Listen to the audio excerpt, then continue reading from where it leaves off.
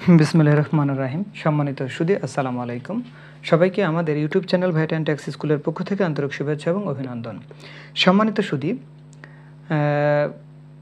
2024 সালের এই সেপ্টেম্বর মাসের 9 তারিখ থেকে অনলাইনে ই-রিটার্ন জমা দেওয়া শুরু হয়েছে।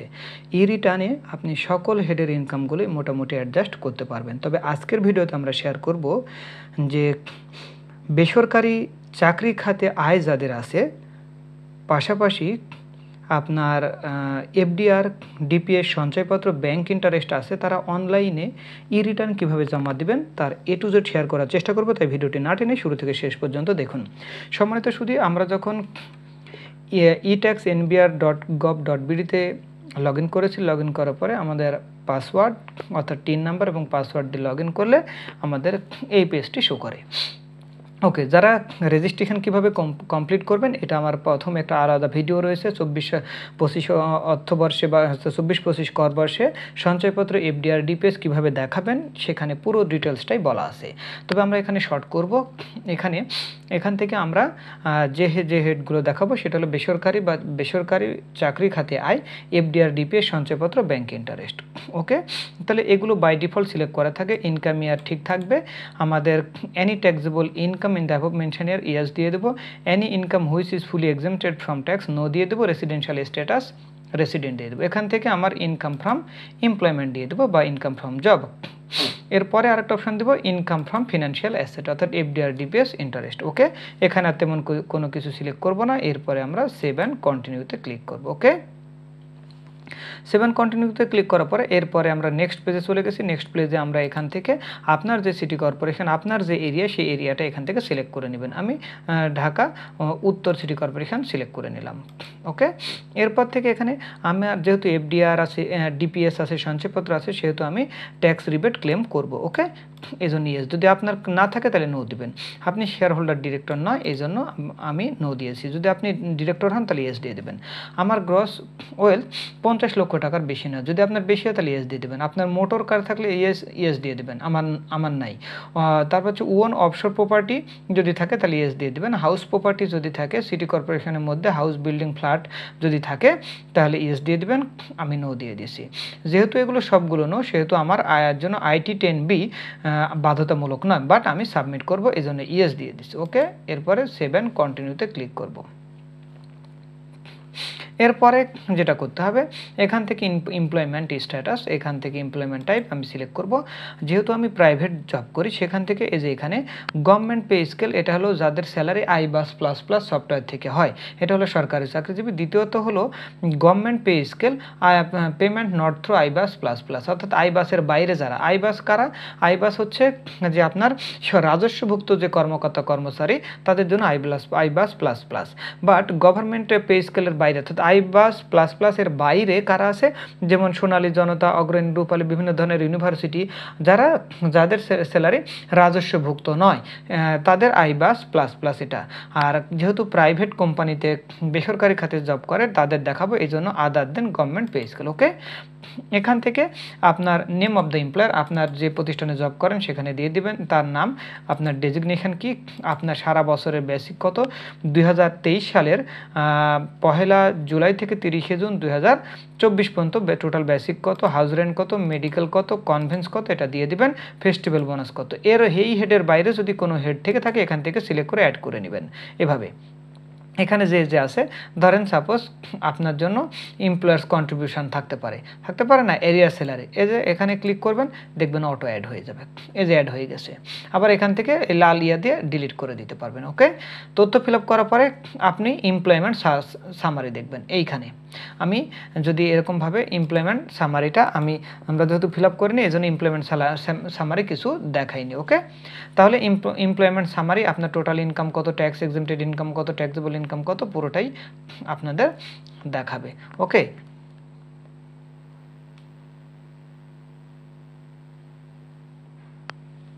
তাহলে এইভাবে আপনি আপনার ইনকাম ফ্রম এমপ্লয়মেন্ট এবং এখান থেকে আপনার টোটাল অ্যামাউন্ট, তারপর tax exempted income, taxable income যেটা রিটার্নে শো করবে। এখান থেকে আমরা চলে যাব income from financial asset. Income from financial asset যখন থাকবে সেখান থেকে আমার কোন হেডের ফিনান্সিয়াল অ্যাসেট, আমি বলেছি এফডিআর, ডিপিএস, সঞ্চয়পত্র, ব্যাংক ইন্টারেস্ট। নর্মালি সরকারি চাকরি মানে বেসরকারি চাকরিজীবীরা এগুলোই করে থাকে। তাহলে আমাদের যেহেতু সঞ্চয়পত্র সরকারি চাকরিজীবী যে বা যারা অবসরপ্রাপ্ত তাদের হলো পেনশনের সঞ্চয়পত্র, এই যে ইন্টারেস্ট ফ্রম সঞ্চয়পত্র আদার দেন পেনশনার, নিচেরটা হলো পেনশনার।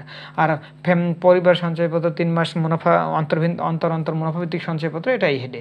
তাহলে এখান থেকে ক্লিক করবেন, রেজিস্ট্রেশন নাম্বার দিয়ে দেবেন, ইস্যু ডেট দিয়ে দেবেন, ভ্যালু কত, গ্রস ইন্টারেস্ট কত এবং টিডিএস কত সেটা এখানে বলে দেবেন। ওকে, এরপরে সঞ্চয়পত্রের পাশাপাশি আপনার যদি আমি বললাম এফডিআর, ডিপিএস, ব্যাংক ইন্টারেস্ট এগুলো যদি থাকে তাহলে আপনি কি করবেন, এইখানে এই যে এখানে আলাদা এই যে অ্যাড অ্যানাদার টাইপ, এখান থেকে কি করবেন, অ্যাড অ্যানাদার টাইপ করবেন। অ্যাড অ্যানাদার টাইপ মানে এখান থেকে আপনার কি করতে হবে, ব্যাংক ইন্টারেস্ট, এই যে তাহলে দেখেন দুইটা অ্যাড হয়ে গেল, একটা হলো ব্যাংকে, একটা হলো সঞ্চয়পত্র আর একটা হলো ইন্টারেস্ট, অর্থাৎ এফডিআর, ডিপিএস সঞ্চয়পত্র, এফডিআর, ডিপিএস, ব্যাংক ইন্টারেস্ট। এখান থেকে আমরা করলাম, সিলেক্ট করলাম, তাহলে কি আমরা ব্যাংক ইন্টারেস্ট আমরা নিব।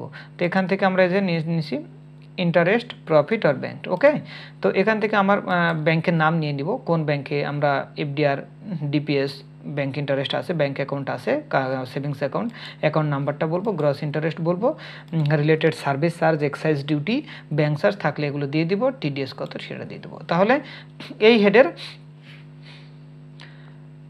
আপনারা দেখতে পাচ্ছেন আমরা যখন রিবেট ক্যালকুলেশন করব আমরা দেখব, আমরা যেহেতু বলছি যে আমাদের সঞ্চয়পত্র, এফডিআর, ডিপিএস, তো আমার যে বিনিয়োগ করছি সেখান থেকে দুইটা হেডে আমরা রিবেট পাবো, সেটা হলো ডিপিএস পেনশন স্কিম, এই যে এখানে ক্লিক করব, ডিপিএস আমরা ব্যাংকের নাম দিয়ে দেবো, অ্যাকাউন্ট নাম্বার দিয়ে দেবো, ডিপোজিট সারা বছরে কত টাকা সেটা এখানে দিয়ে দেবো। এরপরে আমরা সঞ্চয়পত্রের কথা বলেছি, এই অ্যাপ্রুভ সঞ্চয়পত্র। ওকে, অ্যাপ্রুভ যেহেতু সঞ্চয়পত্র, তাহলে সঞ্চয়পত্রের নাম দিয়ে দিব, রেজিস্ট্রেশন নাম্বার কত সেটা দিয়ে দেবো, ইস্যু ডেট দিয়ে দেবো, ইনভেস্টমেন্ট অ্যামাউন্ট।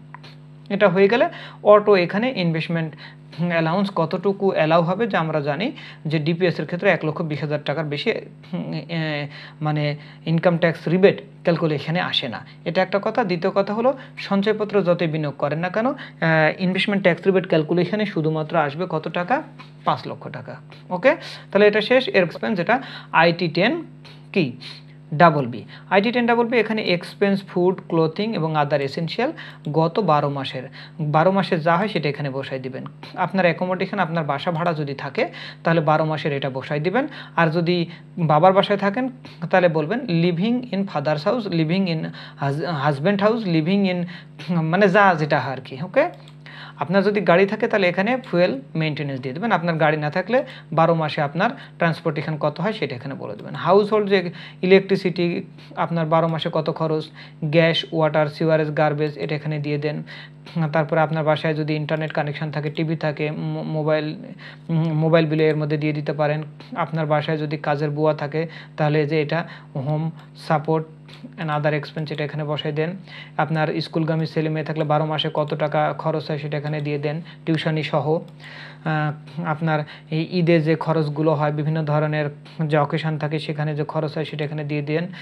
আপনি যদি দেশের মধ্যে বা দেশের বাইরে যদি ট্যুর করেন, সেটা অনেকে হজ করে থাকে, হজের খরচটা এখানে দিতে পারেন। অন্যান্য আদার স্পেশাল যদি কোনো এক্সপেন্স থাকে সেটা এখানে দিয়ে দিবেন। এরপরে হলো আপনার উৎসে যে ট্যাক্স কেটে থাকে, আপনার স্যালারির এগেনস্টে যদি ট্যাক্স কেটে থাকে সেটা এখানে দিয়ে দিবেন। এফডিআর, ডিপিএস, সঞ্চয়পত্র, ব্যাংক ইন্টারেস্টের এগেনস্টে যদি উৎসে করকর্তন করে থাকে সেটা এখানে দিয়ে দিবেন।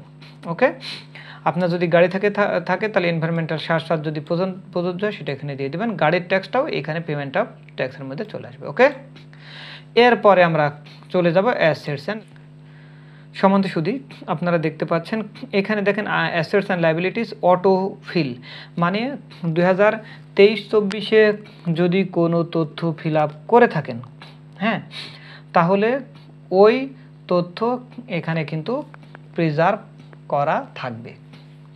তাহলে ওই তথ্য ফিল আপ করা থাকবে, মানে ওই তথ্য অটো এখানে চলে আসবে। আচ্ছা, যাই হোক, আমরা এবার একটু দেখি এখান থেকে আপনার যদি নন এগ্রিকালচারাল বিজনেস ক্যাপিটালটা থাকবে না, নন এগ্রিকালচারাল প্রপার্টি যদি থেকে থাকে, নন এগ্রিকালচারাল প্রপার্টির মধ্যে নন এগ্রিকালচারাল যে প্রপার্টি সেখান থেকে ডেসক্রিপশান আপনার কিভাবে কিনছেন, ধরেন আপনি 10 একর জমি কিনছেন, তা আপনি বলবেন 10 একর ল্যান্ড পারচেসড অ্যাট এই মৌজা থানা ডিস্ট্রিক্ট, এভাবে লিখবেন। ওকে, এখানে লিখবেন তাহলে কি পারচেস, ইনহেরিটেন্স হলে ইনহেরিটেন্স, গিফট হলে গিফট। তারপরে আপনার কত 10 একর, তাহলে এখানে কি হবে, এখানে হবে একর কত টাকায়। আপনি যেহেতু এটা যদি নতুন রিটার্ন হয়ে থাকেন তাহলে বিগিনিং থাকবে না, ক্লোজিংয়ে চলে আসবে। আর যদি পুরাতন রিটার্ন হয়ে থাকে গত বছরে কত ছিল, এই বছরে কেনার পরে কত হলো। ওকে, অ্যাডভান্স মেড ফর, ওটা একই জিনিস। এগ্রিকালচার প্রপার্টির ক্ষেত্রে সেম বললাম না। এরপরে চলে যাই আমরা ফিনান্সিয়াল অ্যাসেট। ফিনান্সিয়াল অ্যাসেটের ক্ষেত্রে আমরা 3টা হেড এখানে কভার করব, সেটা হলো সঞ্চয়পত্র, এই হলো টাইপস অফ সঞ্চয়পত্র, registration number, issue date, value. Okay, এরপরে আসি আমরা কভার করব এফডিআর। এফডিআরের লিখবো FDR, name of the bank, account number কত, আমার ব্যালেন্স কত। ওকে, এরপরে আমার কভার করব কি ডিপিএস। ডিপিএস লিখলাম, ব্যাংক অ্যাকাউন্ট নাম্বার লিখবো, bank name, bank account number, balance. Okay, তাহলে এই বিষয়গুলো আমরা ফিল আপ করে ফেললাম। আপনার যদি গোল্ড থেকে থাকে তাহলে আপনি এখান থেকে গোল্ড, প্লাটিনাম, সিলভার, ডায়মন্ড যেটাই থাকুক না কেন সেটা বলে দেবেন, কিভাবে পেলেন সেটা, পারচেজ, ইনহেরিটেন্স আর গিফট, অ্যামাউন্টও কত, এটা ভরি না তোলা না গ্রাম না কিলোগ্রাম, তারপরে টোটাল মূল্য কত। ওকে, এরপরে যদি আপনার ফার্নিচার, ইকুইপমেন্ট, আদার ইলেকট্রনিক আইটেমগুলো থাকে সেখান থেকে আপনি বলতে পারেন টিভি, ফ্রিজ, খাট, সোফা যা যা আছে সেটা বলবেন। এগুলো আপনি যদি এখানে টিভি, ফ্রিজ, খাট, সোফা কিনে থাকেন তাহলে এখানে যে বলবেন পারচেসড, ইনহেরিটেন্স, গিফট, এখানে কোয়ান্টিটি কত, ভ্যালু কত, আর গিফট পেলে সেটা তো থাকবেই। তবে গিফটের মূল্য, গিফটকৃত অ্যাসেটের মূল্য আপনাকে কিন্তু প্রদর্শন করতে হবে, আয়কর আইন 2023 বলা আছে। ওকে, এনি আদার যদি কোনো সিগনিফিক্যান্ট অ্যাসেট থেকে থাকে সেটা কিভাবে পেয়েছেন ডিটেলসটা দিবেন, ভ্যালুটা উল্লেখ করবেন। এরপরে চলে যাই ক্যাশ এবং আদার ফান্ড, এখানে ব্যাংকের ব্যালেন্স এবং এখানে ক্যাশ ইন হ্যান্ড। তাহলে প্রথমে আমরা নোট, কারেন্সিস অ্যান্ড ব্যাংক, এখানে কি কি থাকে, এখানে যদি আমরা টোটাল আপনার মধ্যে ক্রেডিট ডেবিট কার্ডে কত আছে, তারপরে রকেটে কত আছে, বিকাশে কত আছে, এগুলো যেখানে থাকুক না কেন দিতে পারেন। তবে ব্যাংক ডিটেলস আমরা এখানে একটু যদি ডিটেলস দেখি দেখতে পারবেন, এই যে bank account, card, other electronic item, name of the bank, account number কত, ব্যালেন্স কত। ওকে, এরপরে আসি ক্যাশ ইন হ্যান্ডে, আপনার ক্যাশ ইন হ্যান্ড অ্যাগ্রিগেট কত আছে সেটা বলে দেবেন। ওকে, এখানে আর তেমন কিছু নেই। এখানে আপনার যদি নতুন রিটার্ন হয়ে থাকে তাহলে এই যে net wealth of the last income ইয়ার এটা হবে 0। আর যদি কি হয়, আর যদি এটা সেকেন্ড রিটার্ন হয়ে থাকে তাহলে আগের বছরের যে ওয়েলথ সেটা এই বছরে চলে আসবে, গত বছরের যে ওয়েলথ সেটা এই বছরের এখানে ফিল আপ করবেন, এভাবে চলে যাবে। এবং ডিফারেন্সটুকু, এই ডিফারেন্সটুকু 0 হতে হবে। যদি ডিফারেন্সটুকু 0 না হয় তাহলে বুঝতে হবে আপনার রিটার্ন ভুল হয়েছে। এইভাবে সব তথ্য ফিল আপ করবেন, করার পরে এরপর আমরা চলে যাব এই যে tax and payment. Tax and পেমেন্টে চলে গেলাম, ট্যাক্স অ্যান্ড পেমেন্ট ওইখানে যে হেডে ইনকাম চলে আসবে সেটা এখানে অটোমেটিক চলে আসবে। এখন আমার এফডিআর, ডিপিএস এগুলো হেডে কি আছে, উচ্ছে কর্তন আছে, এফডিআর, ডিপিএস সঞ্চয়পত্র এবং স্যালারির এগেনস্টে থাকলে সেটা নর্মালি সরকারি চাকরিজীবীদের উচ্ছে কর্তনের লিঙ্কটা করা হয়েছে। হ্যাঁ, তো আমরা কি করব, এফডিআর, ডিপিএস সঞ্চয়পত্র সেগুলো উচ্ছে যে কর কাটা আছে সেটা সমন্বয় করব কিভাবে, এখানে যে have you paid any source tax, আমি এখানে কি করব, ইয়েস দেব। ইয়েস দেওয়ার পরে do you need to update your tax payment status, আমি কি দেবো, ইয়েস দেবো। ইয়েস যখনই দেবো তখন আমার ই ট্যাক্স লেজারে এখান থেকে আমরা সোর্স ট্যাক্স কি করব, অ্যাডজাস্ট করব। ওকে, এখন সোর্স ট্যাক্স যখন অ্যাডজাস্ট করব এইখানে দেখেন লেখা আছে আইবাস প্লাস প্লাস, যাদের শুধু তাদেরটা অ্যাডজাস্ট হচ্ছে, দেখছেন আইবাস প্লাস প্লাস। ওকে, এরপরে যারা ট্যাক্স পেমেন্ট করবেন তারা এই যে 173-তে ট্যাক্স পেমেন্ট করে ইয়া করবেন। আচ্ছা, এখন আগে আমরা ব্যাংক ইন্টারেস্ট এটা দেখে নিই। ব্যাংক ইন্টারেস্টের যে ব্যাপার, আপনার যে ব্যাংকে ইন্টারেস্ট থাকবে, এফডিআর থাকবে, ডিপিএস থাকবে, সেখানে এখানে ব্যাংক এখান থেকে সিলেক্ট করে নেবেন। সিলেক্ট করার পরে এখানে ব্রাঞ্চ নেম দিবেন, অ্যাকাউন্ট নাম্বার দেবেন, কত ইন্টারেস্ট পেয়েছেন, ওই ইন্টারেস্টের এগেনস্টে ট্যাক্স কত। তাহলে এফডিআর, ডিপিএস, ব্যাংক ইন্টারেস্ট এভাবে করবেন। এরপর আমরা চলে যাই সঞ্চয়পত্র। সঞ্চয়পত্রের ক্ষেত্রে সঞ্চয়পত্রের সাথে আমাদের ই রিটার্ন এর একটা লিঙ্ক করা হয়েছে। আপনার সঞ্চয়পত্র নাম্বার দিয়ে এখানে সার্চ দিলে অটোমেটিক ওই সঞ্চয়পত্র কত তারিখে কেনা হয়েছে, কত ইন্টারেস্ট পেয়েছেন, কত ট্যাক্স কর্তন করা হয়েছে, কতটুকু ক্লেম করতেছেন, এটা অটো চলে আসবে। ওকে, সেটা আশা করছি ক্লিয়ার হয়ে যাবে। এখন এই যে আমাদের যে প্রাইভেট চাকরিজীবীর যে স্যালারি ট্যাক্স, সেটা কিভাবে অ্যাডজাস্ট করবেন, সেটা অ্যাডজাস্ট করার অপশান আদার্সে চলে যায়। আদার্সে চলে যাওয়ার পরে এইখান থেকে দেখেন পারপাস অফ দ্য পেমেন্ট, কি পারপাসে পেমেন্ট হয়েছে। এখান থেকে দেখেন, এখান থেকে সব অপশানটা রয়েছে। এখান থেকে আপনার জন্য যে হেডটা প্রযোজ্য, সেটার উৎসে কর কর্তন যেটা আপনার হয়েছে, এই যে স্যালারি দেখতে পাচ্ছেন কি 86, এই যে 86 স্যালারি। এখন আপনার প্রতিষ্ঠান যে স্যালারির ট্যাক্সটা কেটে মাসে মাসে জমা দিচ্ছে, কারণ 12 মাসে 12টা চালানের মাধ্যমে জমা দিচ্ছে, তার মানে 12টা চালানের তথ্যই এখানে ফিল আপ করতে হবে। তবে অনেকে আপনার যে উৎসে কর্তনের যে সার্টিফিকেট যেটা ইস্যু করে, সেটা যথাযথভাবে না দেওয়ার কারণে তথ্য ফিল আপ করা যায় না।